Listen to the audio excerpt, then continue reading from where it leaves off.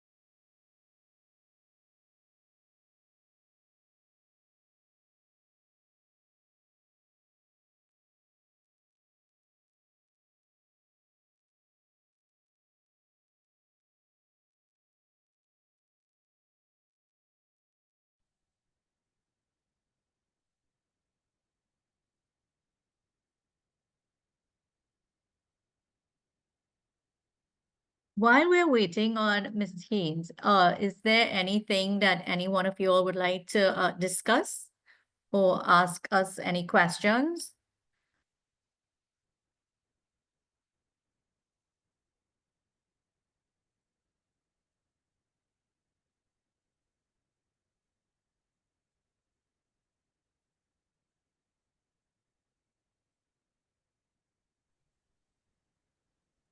Hi, Sally. Yes, morning. Dominique here. Can you hear me?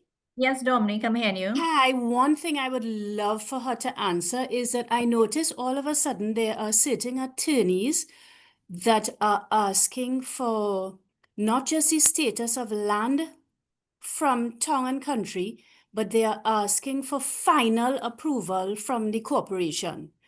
These are things that you have to apply for online. And my experience so far has been you apply for the status of land. Once you get that, you can then apply for anything else after. But Mhm. without approved building plans, I cannot get a final approval. I can only get outline approval. I don't know if Yeah. anybody else has had any experience with this, because I've had one sale not be able to close a land sale because the particular attorney was insisting that we have final approval. And on the website, to get final approval, we would have had to submit building plans. So Yeah. if she could, if anybody else has any experience with this as well, if they could advise me, please, and thanks. Well, like I do know in cases where they ask for that, it would be if the person is taking a mortgage. Was that the case in this particular situation, Dominic? Yes, they were taking a mortgage. We sent them, the owner got the status of land, and then when she applied for the final approval, all she was able to get was outline approvals. So we submitted all of that to the attorneys, but they decided to not close. Mhm. Yes. I have experienced that as well with some attorneys, but it's not new. In fact, years now, they especially in mortgage cases, they insist on that development or final approval from the region corporation. So, um, yeah, I think it depends on, again, also as you say, sometimes particular attorneys, but like I do know some attorneys in South in particular insist on that document for every land transaction. Not all, just one or two. Anyone else have had such experience?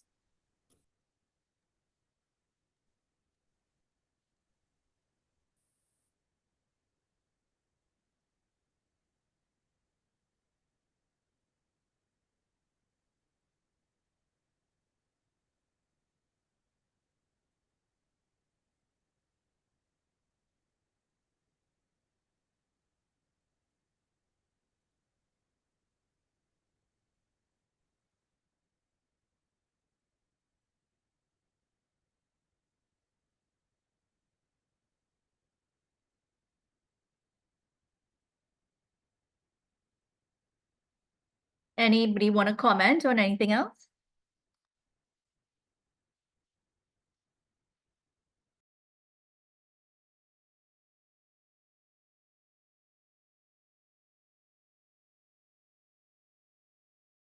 Everybody's very shy this morning, Sally. There's 64 of us. Good morning. I just joined and I only heard Sally say, anybody want to comment on anything? And I have no idea what it related to. So I'm not saying anything for now, except good morning, everybody. Dominic, you want to repeat what you asked earlier? Sure, no problem. I had an experience with a sale of a piece of land in Barrett area where this particular attorney, because what I forgot to mention is that I have asked other attorneys and they basically said to me, they do not ask for final approval. They don't understand why there are one or two attorneys that ask for that. All they ask for is the status of land. But this particular attorney from one of the bigger companies insisted that we get final approval from Town Country Planning, the corporation, because now they're in the same office in Tunapuna, for the mortgage, for the person applying for the mortgage to be able to get it. And when the owner went online, she was able to get the status of land. Once you get the status of land, you can then apply for other approvals.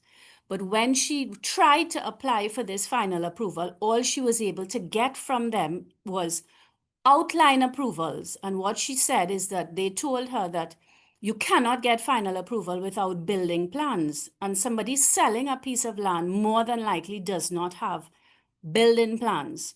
So I was just wondering why, if anybody had that experience with an attorney with this final approval that they keep asking for, because all we've been able to get was the outline approval without building plans.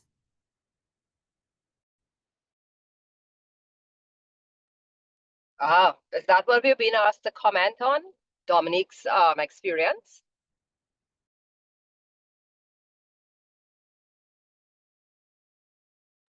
Sally's asking if anybody else has had a similar experience to what I had. Are you leaving or are you away?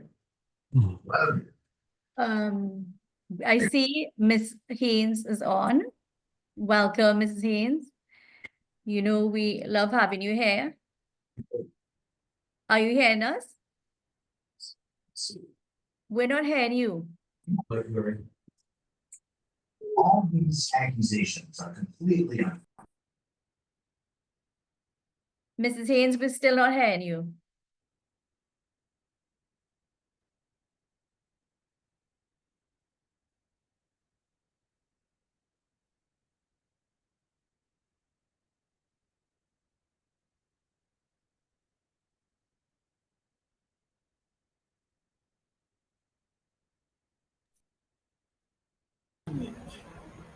Good morning. Good morning. Right, Well- finally got it. Thank you. Yes. Challenges. I have done the honors of giving everyone your very impressive bio. And Oh. yes. And once again, welcome to our CPD training session. We're always you. glad to have you here. You're such so much knowledge, and we can't wait to hear what you have to say. So Thank you. take over, please. Oh, so ready to start? Okay. Yes, we're ready to start. Right then. Okay, so today we're going to be talking about, wait, that's supposed to be a bigger screen than this, right? Yeah, today we're going to be talking about the application process, pre and post DevelopTT. And so from here we go. Just now, just trying to find slideshow. Right, did. Long time since I did this. Slideshow. From beginning. Right, good. So, right, we're in business now. Okay, so we're going to talk about, I'm going to give you a little background first, which I always do, legislation about town and country, and then we'll go into the application process, both pre and post DevelopTT. So as you may know, the Town and Country Plan Division is charged with responsibility for ensuring order development of the country. Without adequate support, it's often proved a challenge. Under the Act, the TCPD Act, development includes engineering operations, building operations, change of use, and subdivision. Although the new Act has been partially proclaimed, the TCPD Act is still the Act in force. The Act requires the division to develop and maintain a mapped and written land use policy to guide development of land, as well as regional and local area plans. These policies and guidelines fit into the strategic guidelines of the National Physical Development Plan or its successor. So we have the 1960 Town and Country Planning Act, Chapter 3501, which was actually enacted in 1969. In 2014, we had the Planning and Facilitation of Development Act, which was partially proclaimed to create the National Planning Authority, which was to oversee the transformation of town and country into what they considered a more facilitating planning agency. That is still in that board, that board was in place last year. We don't know if it's going to be replaced this year or restarted this year. So as I said, the purpose was to make it a more facilitative process And other critical part was the delegation of some of the applications to the local authorities and the Tobago House of Assembly. So the path to develop TT. Town and Country Plan Division had actually digitized in 1990. They created a database and they started work on a geographic information system. Of course, that's a long time ago. A lot of things have changed in the digital world as well. So we had the introduction of the geographic information system in 1990, where we used it a lot to do planning, to do maps for development plans. We expanded in 2002 to actually use it to do analysis. So that one of the things we did was hillside policy. Another one we did was actually create I suppose it's an app to identify landfill sites, which was something that is always coming into our country. We therefore had the digitization of the land use policy for the country was first done in 2004. Before that, it was all map copies. And again in 2009, and I believe in 2010, but that I still need to check. The culmination ended up in DevelopTT, which was launched in 2020. DevelopTT actually uses, I believe, a static copy of the 2009 policy map. So in pre-development TT, as you would be aware, the preparation required you had to have paper copies for your application, form, plans, copies, had to be 4 copies, 2 of which went to the corporation, and the other stayed with Town and Country Planning. So we had 1 in the file and 1 extra copy. There were issues sometimes with the size of drawings and labelings because when computers came in, the draftsmen and the architects would do the drawings on the computer and then shrink it down to size to print on 11 by 9, 11 by 17 or blueprints. And sometimes they forgot to change the labeling font to make it readable. So there were issues with having to go back and forth to get those things sorted out. Because if a plan can't be read, Town and Country would return it undetermined. We also had to physically plot the route. That would be the inspectors. They would have to go on the maps and plot the route saying this is where they have to go so that they know how to pick up their lots with their applications without going back and forth on the field, and hopefully slowing down, speeding up the process by having a clear route to follow. We also physically had to pull up cross-reference applications to review. Some of them would be in the office, but because of the age of applications, because Town and Country does have applications back to 1969, a lot of them would have been in the closed vault, and you would have to wait for them to come down from head office because that's where the closed vault was. So that was a little bit of delay in getting your information in if you don't ask for it early enough. We also had to physically consult the written and map land use policy to determine usage on the site, in addition to reviewing the applications and what decisions have been taken in the past. We were also required to write other regulatory or advisory agencies, sometimes like Highways Division, Fire, WASA occasionally, and await a response before we could make decisions. This was only necessary where the advice from the regulatory agency would have a serious impact on the decision to be taken. And in those instances, we would have to wait for advice. Over the years, we improved that with getting maps from like Highways Division and so early on so that we could actually see where they were. And this helped because we had the GIS, we could actually map these things, but it was still all paper copies. Then, of course, we have to dispatch the approval letter and forward the plans to the local authority. And after that, Town and Country didn't really deal with the application. It went straight to the local authority. That was the end of the game. Okay, so why did we go to DevelopTT? It felt that the digitization would improve the speed of delivery. It also was to complement the ease of doing business portal that the Ministry of Trade and Industry was touting. It was supposed to facilitate better linkages with other agencies to improve the time it takes to get information from agencies. It was to allow for greater transparency as opposed to having to go through the public registers, because in the past, the public registers were the only transparent documents. You could go in there, you could see what the applications were, you could see what the decisions were, and you could see where the applications had been made. where the location was. It also secures and protects the integrity of historical data, because we do have issues with, we did lose data because of flooding. So some of the maps got destroyed, some of the applications got destroyed. So that was one of the issues we also had to be dealing with to make sure that we kept our historical data. It also is, of course, has minimal environmental impact because we're not talking about paper copies anymore, everything is digital. And it eliminates the problem of the size of drawings and labeling, because since these drawings are now coming in PDF, they can be expanded to any size, so there's no issue of trying to read what's on the plans. It's very clear and easy to read.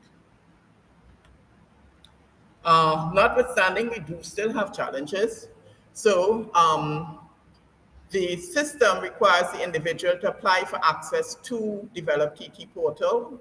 This is through TT Connect. So it does push people not computer savvy out of the mix. I myself had real challenges getting my getting my access because I really am not computer savvy.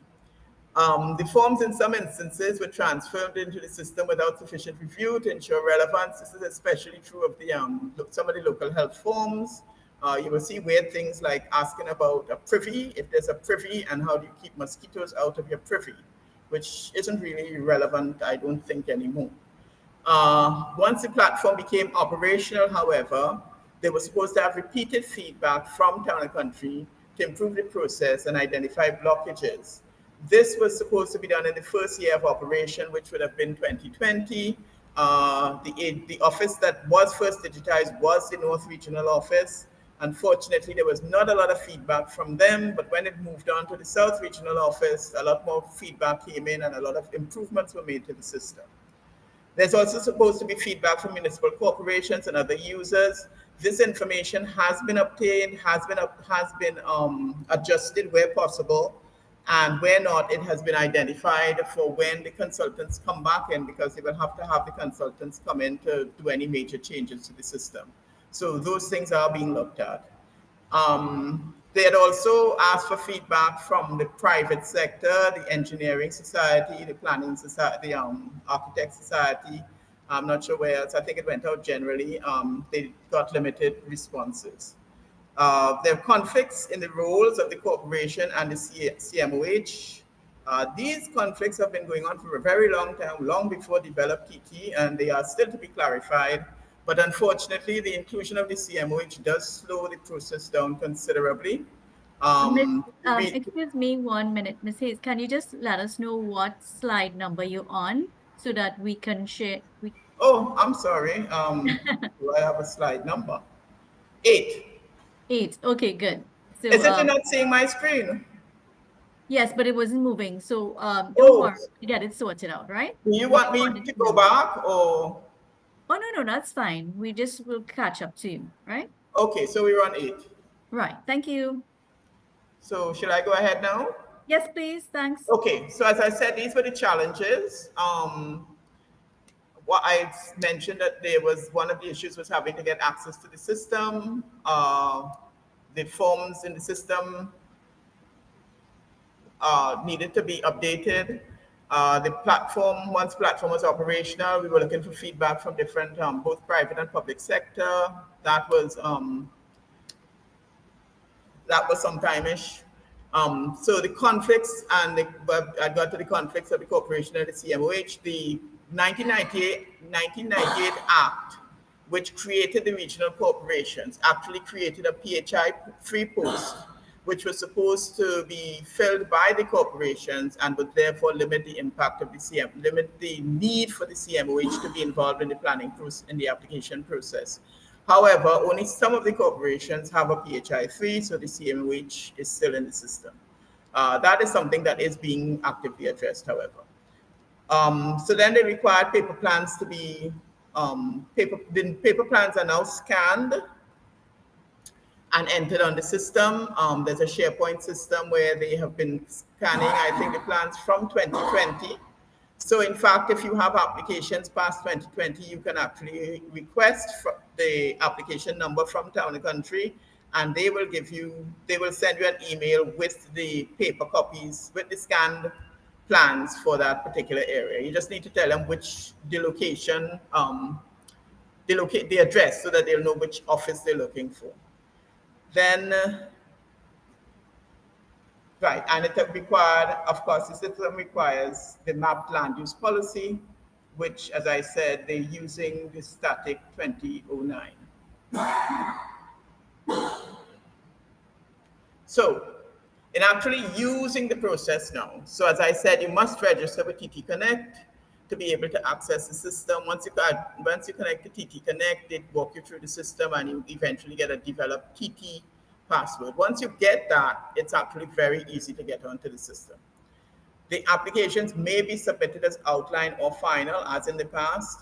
You can also request status of land, liquor license, and other correspondence on the system. Like, for example, the ones of what that would concern you almost, I think, would be the tax exemption fee, and that is available on the system. The policy map at the bottom of the page, that's on the second page, allows you to view the policy when you're making your application to save. It's on the first page, sorry, to view the policy when you're making your application, so you actually have an idea of whether or not you are in the area that would allow that sort of development that you have. So the application also requires you to provide a letter of authorization from your client, which is something that you load as a PDF. You must provide a signed survey plan and deed with any application, again, loaded as a PDF. You would require, remember that in the past, Town and Country did not necessarily require a deed because Town and Country doesn't deal with ownership. They deal with, when they asked for a deed, it was to verify the age and description of the land in question. But if it was an approved layout, there was no issue with having to get a deed. However, now we do require a deed for everything. They must also be able to locate the site on the imagery provided and digitize the location of the relevant page, because there is a page for site location, and you can work your way. It does have what do you call it, instructions, so that you can actually identify your site and then plot your site using the little pencil that they give you.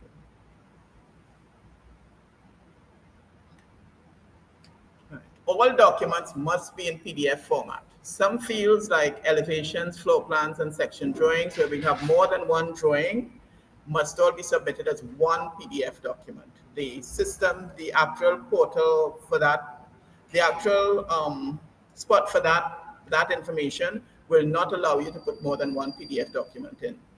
There are, however, other fields that allow you to put more than one PDF, and there's actually one that has for additional information. So if you have like appeal matters or something like that, those could be loaded in the additional information. The TCPD can also seek the advice of related agencies such as the Highways Division or Fire Services through the portal. So it eliminates having to be writing to agencies once you have an application in the system to ask them for advice, because you can now send it through the portal and they will send a response to TCPD, and TCPD that can then go forward and process. Once the decision is obtained, you will receive an email with instructions as to how to download the decision and approve drawings. That's also quite easy to follow, very simple. They're very clear with their instructions. And you then complete the municipal corporation page and upload documents as requested for the municipal corporation, because there is an upload for municipal corporation to move your process forward.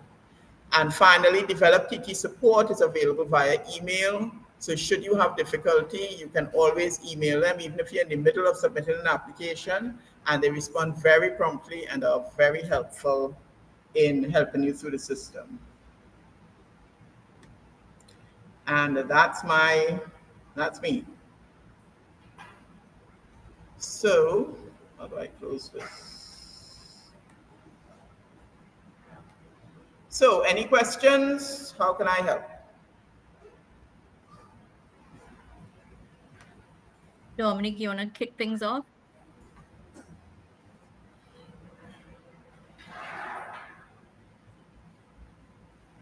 Hi, sure, yes, morning.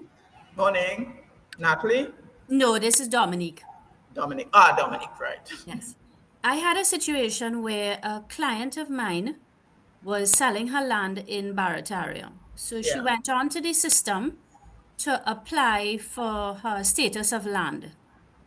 The attorneys, though, for the purchaser, after we submitted the status of land to them, was insisting that we get final approval from the corporation. I went into the office and they told me that is still something we have to apply for online. Once we get the status of land, we can try to apply for it. So she did, but all she was able to get was an outline approval, because when she called the office, they told her that to be able to get final approval, you have to have building plans. Yes. Right. So I was just wondering, I mean, this isn't a question you could answer, but why would the attorneys be asking us for final approvals if they know that it's not something that we can apply for online without building approval? Okay, is there a building on the site? No, it's just flat land. So it's vacant land. It's vacant So- land. Okay, and is there an approval for subdivision for the land? No. Well, that's the approval you should be applying for. For subdivision. Yeah, if the parcel does not have approval for subdivision, and you should always ask your clients if they have any kind of correspondence from Town and Country at all, because Right. I did ask her, yeah. yeah, because they can trace it once they get one reference, they can trace down and find whatever you may have. Okay. So if there is approval for subdivision, as I said, one of the options now is you can actually request Town and Country to give you a copy of that subdivision. Okay. And then you would have an approved subdivision to take it in to show them. If it was Okay. part of, like, say, an approved layout, they can give you it showing you that it's part of an approved layout, and your legal people not supposed to question that, because clearly it is an approved subdivision parcel. It's a Right. bona fide parcel. And in the status of letter, if there was an issue with the approval, Town and Country would have said that. Would have said, well, that's what I was thinking. So So I once think they it said just that boils there's down. no objection, once they say there's no objection to building on it, and they tell you it's a bona fide parcel, they're not supposed to question anything now. Okay. Well, then I guess it's just this particular attorney. I don't know. Not I sure. guess- Tell them read the act. Exact. Well, I did tell her to tell them maybe they need to go online and see for themselves that this is Yeah. not something you can get. Yeah. Find out about, because the thing is, there is no point. Why are you applying for a building that is not there? That is not there. Exactly. Well, that was my take on it. But I just wanted clarification for that. Thanks so Yeah. much. Okay then. Yeah. Maybe I need to meet with the legal people, the legal Yeah. association. Hi, morning. This is Joanne. I'm just jumping in out of turn to Dominic's thing. I have a similar situation as well. So I mean, whether it was meant in a joke or whatever, maybe you should talk to the attorneys, because they're asking for the same thing in my case. It's a vacant parcel of land. The approvals are there for subdivision, but the lawyers are insisting that there need to be further approvals for a building that the vendor is not going to be putting up. So Yeah. to me, it doesn't make sense logically, It's because I ridiculous, mean, that would be approvals that the purchaser has to apply for when she has her building plans and for drainage and whatever else. And they don't want to move forward until the vendor has that. So we have been stuck for about maybe 6 months Yeah. on that. And the other thing is that, I mean, know your risk as well. I mean, this is a less than $500,000 piece of land. Yeah. And there's no tax or anything like this involved. Yeah. exactly, so it's also not worth the effort for. It's Yeah. frustrating, to say the least. Yeah, well, lawyers used to frustrate me when I was in Town and Country. So I'm perfect. I'm completely in sympathy with you. And it's interesting because they've gone from the one extreme to the other, because they never used to bother to get approval from Town and Country, and now they're overdoing getting the approvals. So yes, I think I shall approach them and suggest that I do a presentation for them. So next. Hi, good morning. Good morning. Thank you for your presentation, and I do want to endorse I am registered on DevelopTT and I use it, and it's a wonderful system. I can look every day and see where my application is. Yeah. And each time it has come in before the prescribed time. Anyway, that's I very have good. a question. I have a question regarding a status of land application. The last one I was doing is vacant land, and when you have to map out the site, now you do have to go on and draw the thing as you explained, draw Yes. the site. Now it's very difficult to get it precisely to the measurements on the cadastral. Is that an issue? I'm fully in sympathy with you. Yeah, no, I don't think once you get the site in more or less the right area, I think it's okay. What I normally do is I expand it to a bigger site so you can get your boundaries a little better. Because when you So try it, when you do it and when it's still small and you expand it, it kind of moves off where it was. But if you bring it up larger and put up the right. boundaries, then it gives it a little more accuracy. Right. Because I noticed on the status of land letter that I got, it did mention that the measurements were different to what they had. So I wasn't sure if it meant that on the cadastral or my fancy drawing. And I thought I did a good job, mind you. But No, I think if there's an issue, what they would be pointing out is that maybe the survey plan does not right. match their record. And that Okay. could well be because sometimes what Town and Country used to get was a prepared plan, and the surveyor was supposed to send the final survey when it was completed, when the infrastructure Thought was so. completed, but they did not always send it.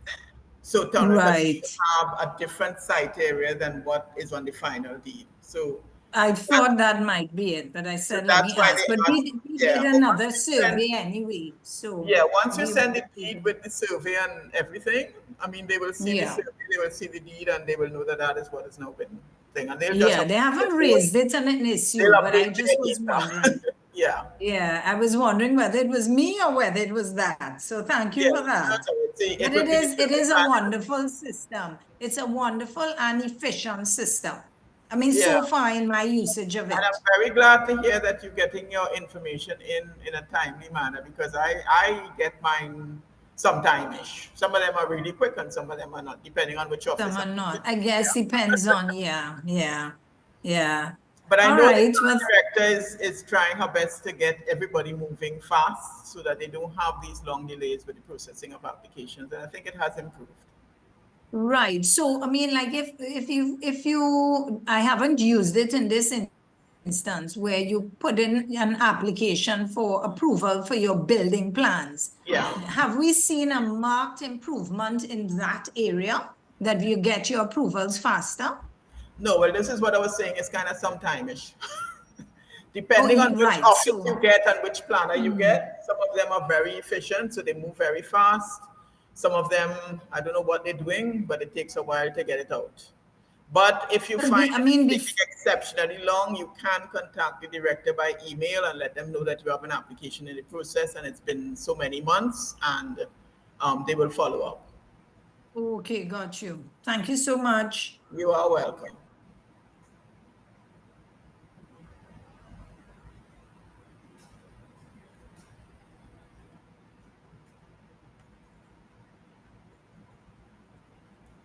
I see a question in the chat. Can I answer that? Sure. Please do. Yes. Yeah, can the policy map be available as a JPEG format outside of DevelopTT? No, I think it is all now because of the DevelopTT, everything has to go through DevelopTT. They're actually working on improving the information there so that you will have more information on the DevelopTT portal, hopefully by the end of this year. But I think at the moment, you might be able to make a request to Town and Country if you wanted to get a particular section. But at the moment, it is all on DevelopTT. So I'm not sure if you can access anything of that, other than take a photograph. You can take a picture of the screen.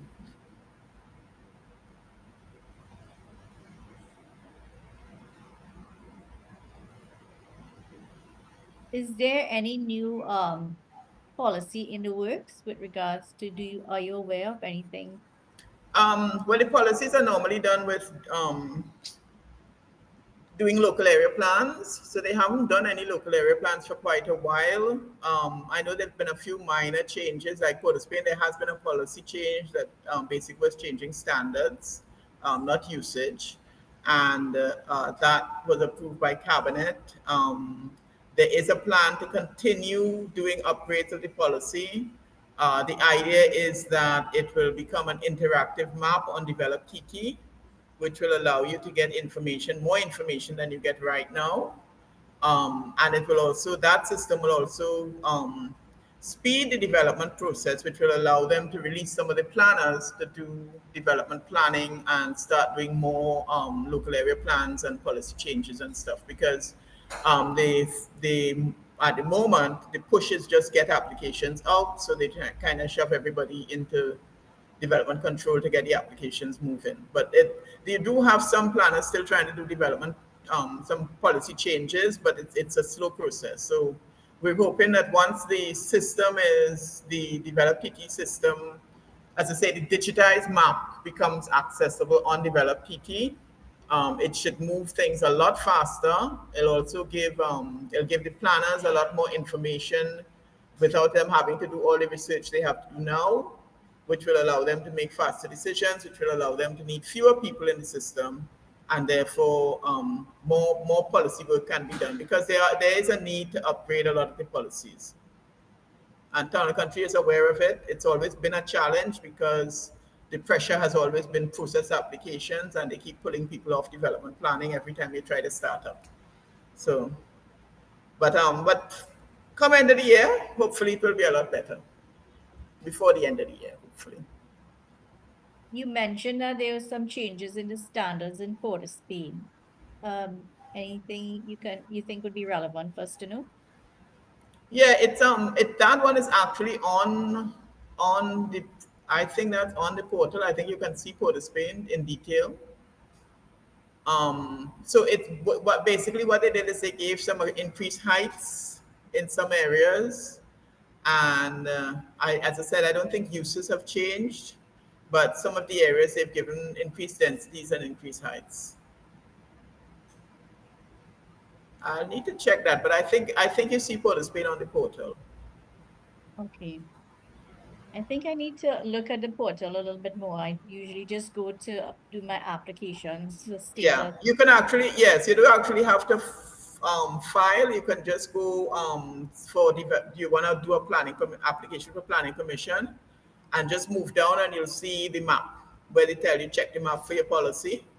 And you can click that map and you can see the policy for the areas. So you can click that map and look at Port of Spain. But if you actually want to find out like history, like applications in the process, then you actually have to go in and submit an application so that you can access the where you see the applications is actually where you draw your site plan, where you draw your location.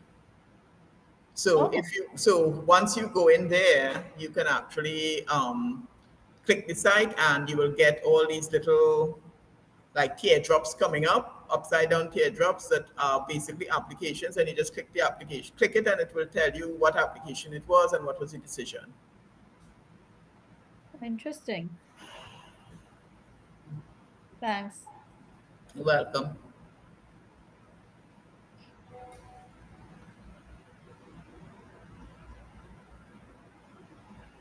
I think the rain has everyone shy today. Hi, morning. I just wanted to revisit the vacant land issue very quickly. Yeah. I had a piece of residential land in an established gated residential development, Yeah. for which the many houses have already been built. And the bank mortgage officer called me, sent an email asking for outline approval from Town and Country and regional corporation approvals for the development. And I was just wondering, is that a reasonable request to make when it seems pretty obvious that, obviously Well, the land is for residential use. It's a development that was, I mean, obvious. I would say obviously approved Yeah. for building houses or whatever. Versus, let's say, a brand new development where they're now selling off parcels of land, and I could see where the bank might reasonably want to get those approvals, but for all established communities where there's still the odd pieces of vacant land knocking around, I mean, is that a reasonable request to make? Because it's also not easy to get those things, you Yeah, know, well, into the thing with it is, to me, all they should be really asking for is a status of land letter. Because as I Right. said, the status of land will say that the land is allocated for so and so. It will say it is part of an Mm. approved layout, and there's no Right. objection to building a house on it, right? Or for whatever use. Yeah. Asking for an outline approval and then telling you go to corporation is nonsense, because corporation doesn't deal with an outline approval. The only approval they could be asking for the corporation would be for the development itself.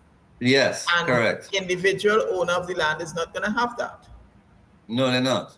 It's And they're going to gonna be have to go whoever back to the the developer developer, was. and they're gonna Yeah. have to get a letter authorizing you to go to the regional corporation to get it. It's a Yeah. whole rigmarole, which, And you know, again, this is them not understanding the process, because the houses could not have got approval if the corporation hadn't approved the layout.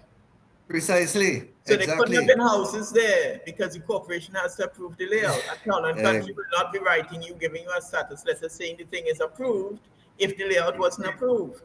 right. So I think some people in the industry, certainly maybe in finance and maybe even in law, may not fully appreciate that. And so, you know, they make these requests which are very onerous on some occasions, you know. Yeah, So okay, well, thanks for that. you're welcome.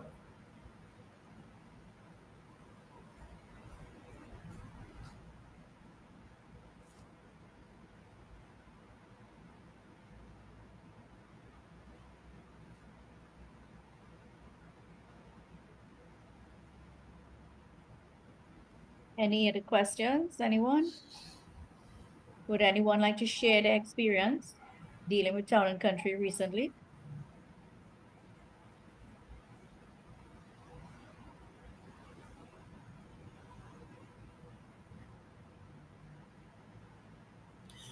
Just on the issue of banks and stuff, I both RBC, I know what was the credit union going? The credit union,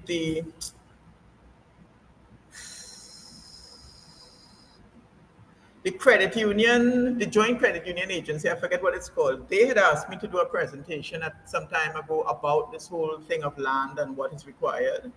And RBC, when I was still in Town and Country, had asked me to do something. But subsequent to that, there have been no banks that have been asked for. I don't even think they asked Town and Country about that for clarification on what they have to do. So, so that's updating you on that.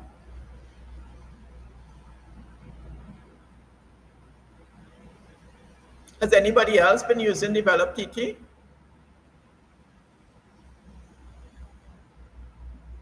Good or bad? I use it a lot for the status letter and Right. for the stamp duty letter. And I find it's quite easy to maneuver. Yeah. And like Natalie, to be quite honest, I don't think I've ever gotten the measurements correct when I'm Yeah, I don't think, as I say, I don't think they want it to be exactly correct, because you're not surveying it, but you're just trying to identify where the site is. So I think what they really need is to know this is the site, because Yes. what they would do is from that they can pull up the coordinates, right. and then they can find it on their system as on their policies and stuff, and on their mapping. So it's just really for them to know where you're looking, which is the piece of land you're looking at, to make sure they're looking at the same thing you're looking at. Yeah. So yes, I really don't think that you need to be exact. Otherwise, I would have never received any of my letters. Yeah. But and you are correct. Depending on the regions, you get a response faster. For Yeah. example, like I did 3 applications recently. Two of them were done for the South region and one was in El Socorro, that area. And the applications in South were done after the application in El Socorro. I've gotten the status letters for both of those and still patiently awaiting the one from El Socorro. Yes, I have had that experience as well.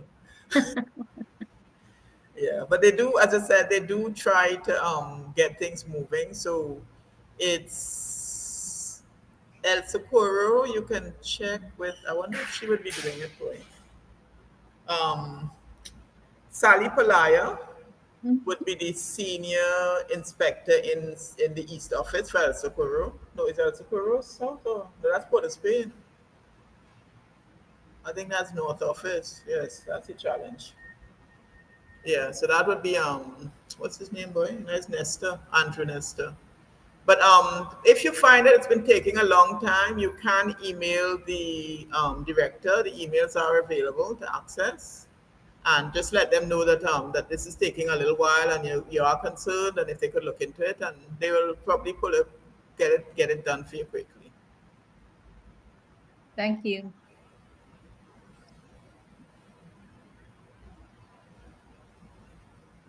Well, it seems like we have no more questions for today's session. I think we're leaving Cheryl Ann with the work to do next, and that is to interface with the lawyers and other bodies to try and sort them out, because they are challenging the importance of the status of land letter, basically, aren't they? Yeah. And it's really a case of them not understanding what these documents mean, So, although to me they're very clear, Yeah. I don't understand why they will have an issue. But yeah, but I never know. I might get some work. So just as a PS, it's not very complicated situation, but just applied for status of land on a Mount Irvin parcel. And Yeah. you would think there would be no problem there. That's a really old established residential development. Yeah. But lo and behold, the precise parcel is not bona fide. It's Really? yeah, really. It's a section off on Kimmy Drive, and the Yeah. whole section was added after the main Afterwards, development. yeah. And they just took the land and cut it up and sold it and never applied for approvals. So Okay. actually, it's the status certainly was very clear and very accurate. Yeah. So you shouldn't make assumptions about anything. Exactly. Yeah. That's why the status of land is so very useful, because it gives you a little insight into what you may be facing down the line. So Yeah. but they may well be able to apply to get their land subdivided, but that would Actually, yeah, the land we were require- actually surveying it at the time, and the surveyor says, "Just give me the deed, I'll do it for you." So hopefully it'll be that easy. Right, they will submit the application. Yeah, and the surveyor knows that the surrounding land has been properly subdivided subsequent. No, and So a surveyor is supposed to know how to submit the application as well, because they're supposed to, when he does the survey, it wouldn't be his lot alone. He has to show it in relation to the overall Exactly. parcel. So Exactly. once that is done correctly, there should not be a problem with getting the approval. yeah. But a good thing to do is to have you let them give you the reference number as soon as it goes in. They love to tell you it's in and it's not in. But I mean, in the old days they did that, and now they still do it. But once you have the number, you yourself can go on and check to see what's happening with the application. Right. Okay. Just one other point. When an application is made to subdivide a largish parcel of land, let's say a couple acres, Yeah. and Town and Country says, no, you Yeah. cannot subdivide. And yet you know that the surrounding land is being given subdivision approval. Am I right in saying that does not sound fair, and one should push that and request that they relook at it? I mean, what would you do? Yeah, because the thing with it is, if you're surrounded by areas that are being subdivided, then it's very strange that you're not getting permission. Correct. If they're not getting a permission, there should be some particular reason. For example, just to be really ridiculous, Suppose you were near the main ridge. The main ridge is a protected area. So you may not be able to cut anything in the main ridge, but you may actually Right. get to be able to cut up agricultural land outside of the main ridge, which is right next to it. So Correct. in those instances, there should be a clear reason why you cannot get subdivision on that particular site if you can Right. get on other parcels. So I So- think it's something that you could ask them for clarification as to why this subdivision is not being done. And Okay. as I said, that's one of the things that once we have more people available to do policy reviews, those kinds of issues will be addressed and clarified, so people wouldn't be having these sorts of conflicts all the time, because they cause conflicts for the inspectors and the planners as well, huh? When you have these kind of unclear policy. Anomalies, yeah, yeah. Okay, but we'll push. But thank you for that. You're welcome. Sally? Yes. Actually, as we were speaking about it, I'm thinking perhaps we should try area and have a meeting with try and get Bankers Association, even the legal fraternity, at least few people to meet with Mrs. Haynes. And so at least to educate them with what the requirements are, and maybe then they too can reach out to their membership to, educate them so that it would make everyone's lives easier as to exactly what the law requires and what town and country can do and what they can't do. Yeah, their life as well. Yes, yeah. So that's definitely something that we could look at to coordinate. So, okay, I see we didn't get any more questions, so Hi, thank you. Cheryl. I have a Oh, question. Can you get a WhatsApp connection without it being a bona fide parcel? If you know somebody in WhatsApp. The WASA is actually one of the few agencies that actually liaise with town country and require you to have approval before they give you connection. I'm not sure. It could be, if it's an old parcel, then they may have got, because remember, there would be parcels that were approved and created prior to 1969, which town and country would accept. So if it's like somebody's grandfather's land and they have a water collection, it's probably a legitimate connection. But if it's a new parcel of land, WASA would normally require town and country. They normally ask for the outline permission if it's like a big subdivision being done. They would ask for the outline permission, and then they will issue an outline based on that. If it's an individual lot connection, I would think something like the status of land should be adequate to assist in getting that connection.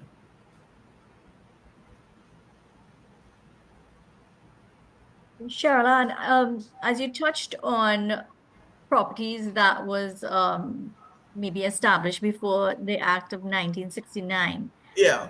Can you just guide us as to if we were to get a parcel that was previously existed before? I mean, land existed before, of course, but Yeah. for example, like what requirements do we need Bonafide. to, yes, to show that that property was subdivided previous to the act? What? Okay, well, same Mhm. thing town and country would do. You have, okay, first off, let me just explain again that in 1969 is because that is when the TCPD Act was enacted. The reason town and country would accept development prior to 1969 is because it's on the assumption that under the Housing and Development Corporation, or what, it wasn't corporation, but anyway, there was an agency before that did planning, and it is assuming that they had got approval. You would also have all local authority approvals that were granted before 1969. So that's why town and country accepts them. Now, to verify it, town and country does different things. If you have your deed, the deed would actually be a pre-1969 deed that creates the parcel, and hopefully a survey. Even if you don't have the survey, but the deed clearly describes the parcel, that could be a bona fide site. That would be considered bona fide. If it is that you have the town country would also use imagery, because Lands and Surveys has imagery right back to 1949, and some before that. So Town and Country can use imagery to verify if there were buildings on the site, if that building existed prior to 1969. It would also show up in the surveys also have maps of done in 1962, which they would use also to verify. And these things are available from surveys. Huh? And there is a charge, but I don't think it's a very high charge. The so I think those would be the main ways to look at it.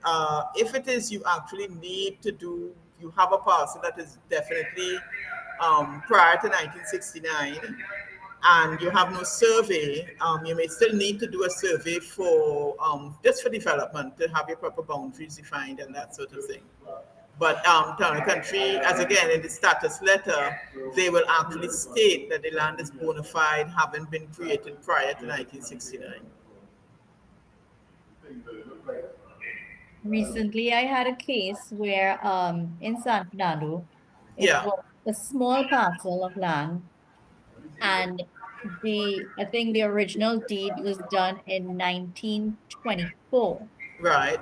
And I was quite surprised. It was the first time I saw a deed where there was actually no figure as to the size of the property. They just gave you One the lot.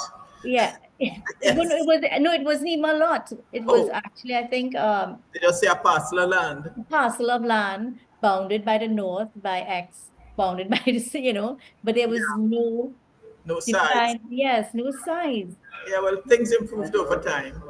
Quite unusual. And what I was surprised about, like it changed hands maybe 4 times Yeah, to this date.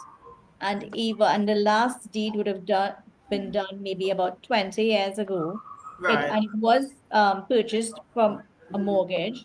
right. And I'm surprised that they weren't required to do a cadastral then to get the exact figure.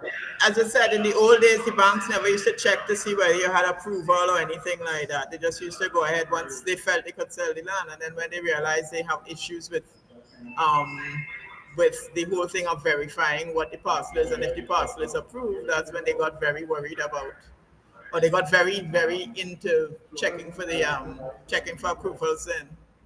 But we do have situations like that where the parcels are very old and stuff. And I think in the old days they didn't used to do surveys that often. So that's why people would come out and say, well, all right, I'll sell you this piece of land from the mango tree to that coconut tree there to this one to this fence. Right. And the deal went through like that. Okay. I just thought of something as with respect to the 1969 issue as well.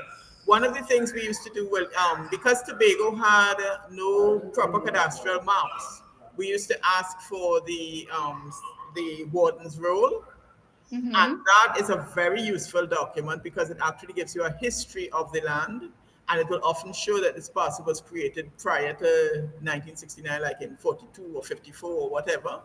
And so we could use that as a justification. And that's why we used to ask for the warden's roll in Tobago. In Trinidad, because the documents were usually better, they didn't always ask for it, but it is a useful document that you can use to create a case. For example, when you're not sure of what the size of parcels are, or you don't have proper deeds or whatever, it is Mm-hmm. a very useful document to give you the history of the site so that you can make your case. And you'd get that at the warden's office. Yeah. I'd like to agree totally with Yeah. Cheryl Ann. It's a really remarkable document. It's also called an assessment roll over here. Right. And it tells you everything. If the size changes, the ownership changes, everything with all Yeah. the relevant dates. Very useful. Yeah.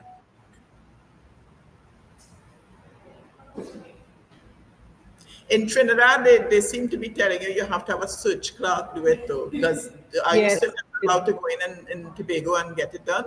Just go to Yeah. BIR and ask for it. They do ask, right, because that's how I know it's supposed to be. But a Yeah. couple of people I told about doing it here, they tell me how they tell them they have to get search clerk and all kind of stuff to do it. Yes. Yes, I had that experience. You had to get a switch clock to Yeah. do it.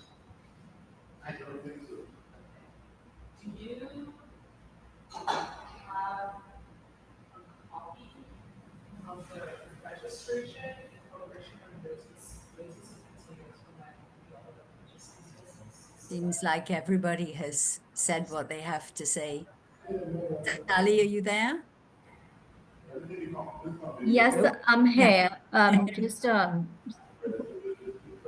just gonna put Devon on because he just wanted to mention something. Okay. Sure. Hi, good morning, everyone. Morning.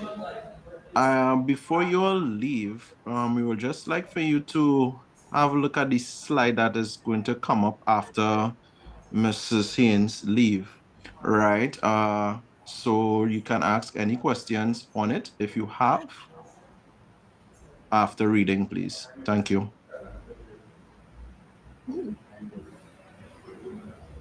Thanks, Devon. So, Oh, very well organized. okay. Well, I think we've covered all the questions. And yes, I'd like to thank you, Ms.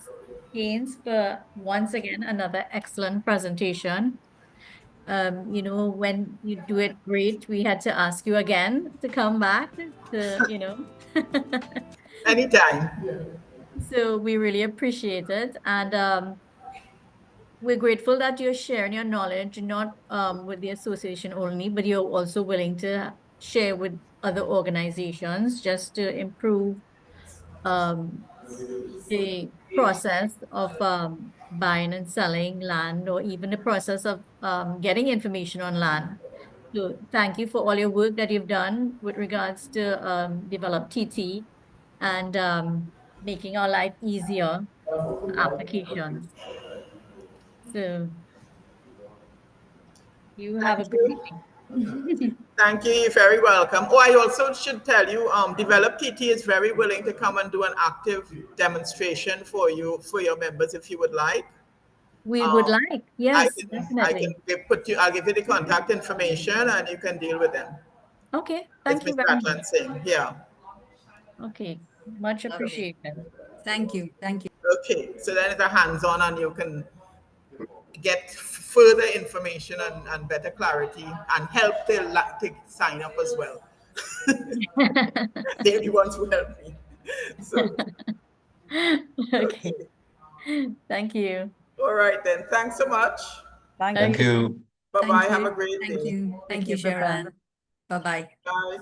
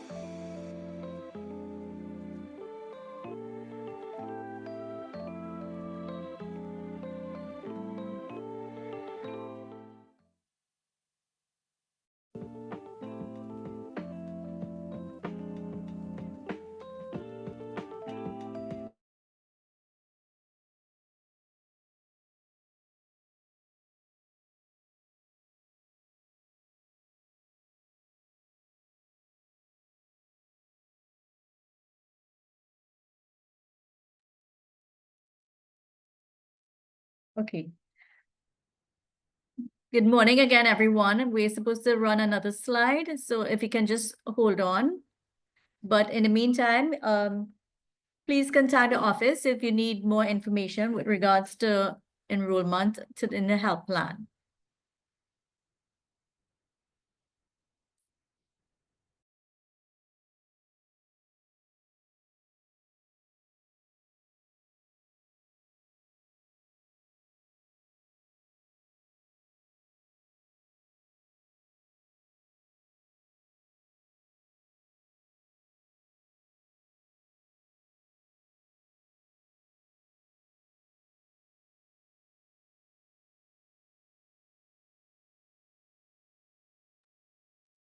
This is the morning for technical difficulties, people.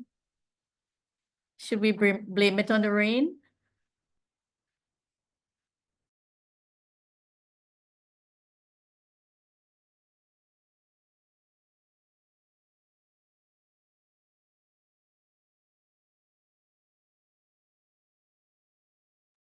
Some of us are still here. Yeah, well, I'll send her. Yeah.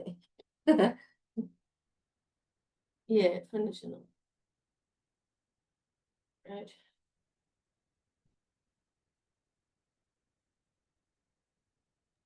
Thanks for being so patient. Yeah, I'll send, no, here what, I'll send you an email with her name and what she is, and you could forward it. So everyone, we having technical difficulties. So at this Okay.